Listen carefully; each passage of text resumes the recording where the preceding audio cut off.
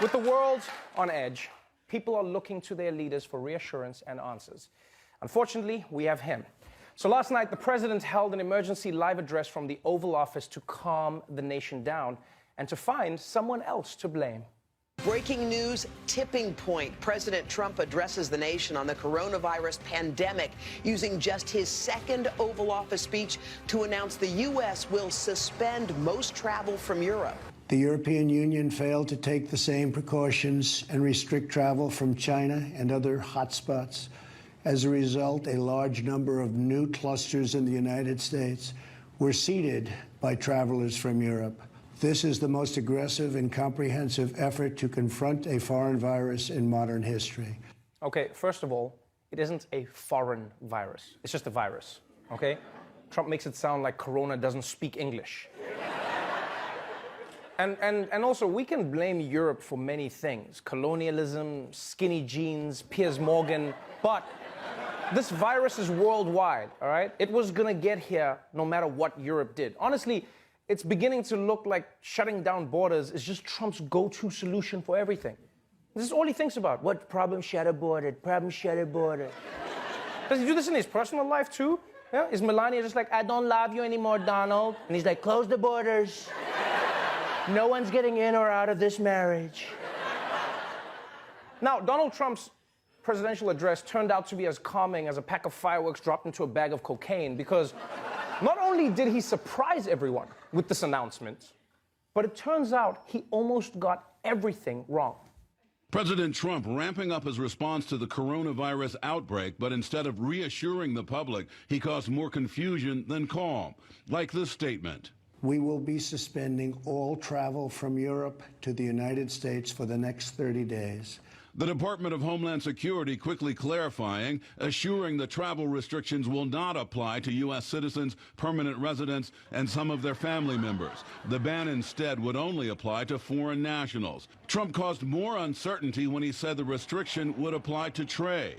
And these prohibitions will not only apply to the tremendous amount of trade and cargo, but various other things. But Trump took to Twitter to clear up that statement, writing, "It is very important for all countries and businesses to know that trade will in no way be affected by the 30-day restriction on travel from Europe. The restriction stops people, not goods."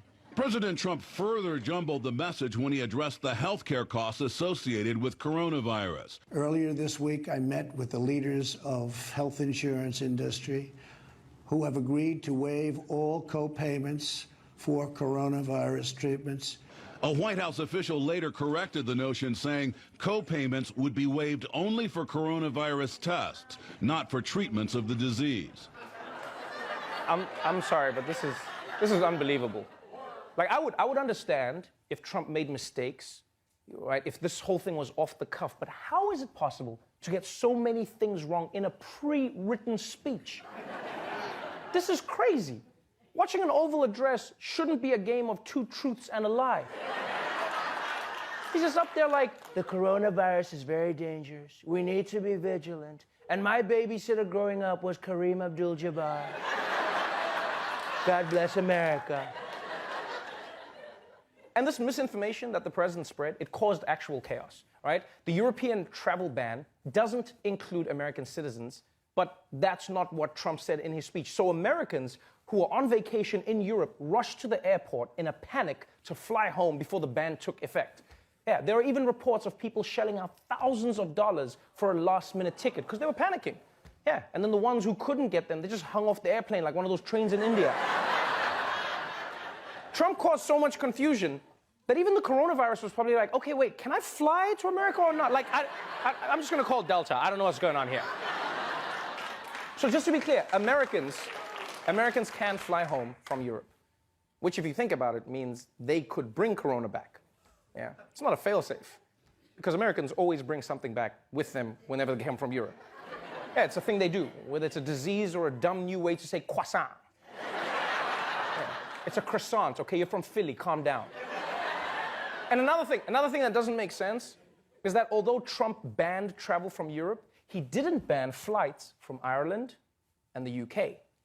And when Trump was asked about that today, he gave one of the strangest explanations of all time. And one of the reasons UK basically has been, it's got the border, it's got very strong borders, and they're doing a very good job. They don't have very much infection at this point, and hopefully they'll keep it that way. Sorry, what? The UK is fine because it's got the border. Other countries in Europe also have the border.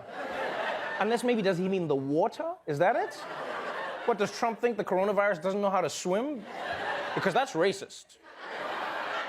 And also, I can't believe I'm saying, it's not true. The UK and Ireland have more corona cases than many of the countries on that list that is banned. So, let's just be real. The reason the UK and Ireland are exempt is probably because Trump owns golf courses there. Yeah.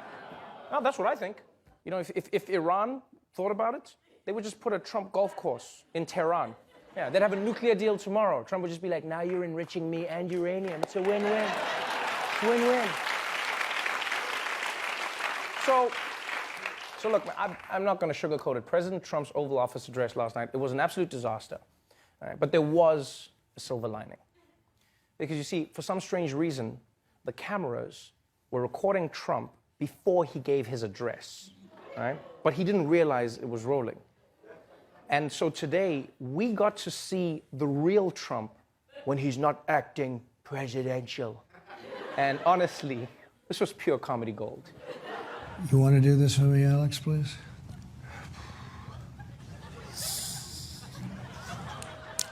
What's our time, mate? Yeah, 2 minutes and 20 seconds. Do you like the book being on the desk or not? Or would you rather have it not be? Maybe it looks better. It gives you something up here, right? Does it matter? A what? Wow. Uh-oh. I got a pen mark. Anybody have any white? Do you have any white stuff? Oh, does anyone have any white stuff? First of all, his name is Mike Pence, okay, Mr. President? But can I just say, I can safely say this is the first time in my life that I've seen the deleted scenes of a presidential address. Like, America's downfall might be scary, but you gotta admit, the bloopers are hilarious, you know? And it was really weird hearing a president in the Oval Office say, oh, although I guess now we know what it sounds like whenever he gets a call from Eric. Now,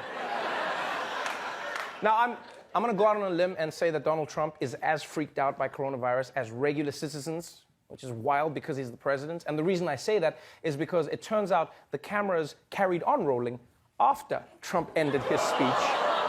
And his reaction was priceless. God bless you, and God bless America. Thank you.